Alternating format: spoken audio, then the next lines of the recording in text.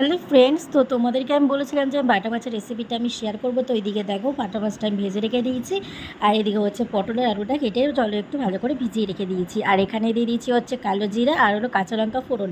আর এখানে কেটে রেখে দিয়ে হচ্ছে আদা ঘষে রেখেছি, আর টমেটোগুলোকে কুচিয়ে রেখেছি। তো এরমভাবেই কুচিয়েই রাখবে, তাহলে টেস্টটা ভালো লাগে। ঘষে দিলে আমার অতটা ভালো লাগে না তরকারিতে, কিন্তু যদি তুমি টমেটোকে কুচি করেই দাও তাহলে সেটাতেই বেশি টেস্ট।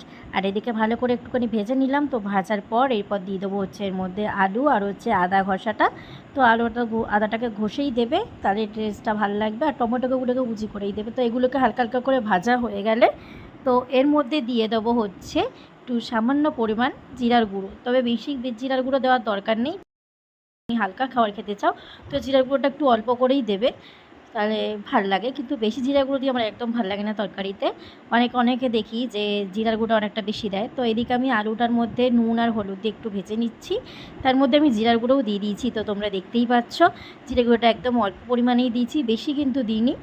এরপর এর মধ্যে জল দিয়ে দিয়েছি। তো এটা একটু ফুটে গেলে তারপরে এটাকে নামিয়ে দেব। তো এইদিকে দেখো পুরো কমপ্লিট হয়ে গেছে। তো এদিকে সেই যে মাছের তরকারিটা ঢাকা দিয়ে এখন রেখে দিই, তো কারণ এখন অনেকগুলো কাজ বাকি আছে। তো চলো বন্ধুরা, টাটা, দেখা হচ্ছে নেক্সট কোনো ভিডিওতে।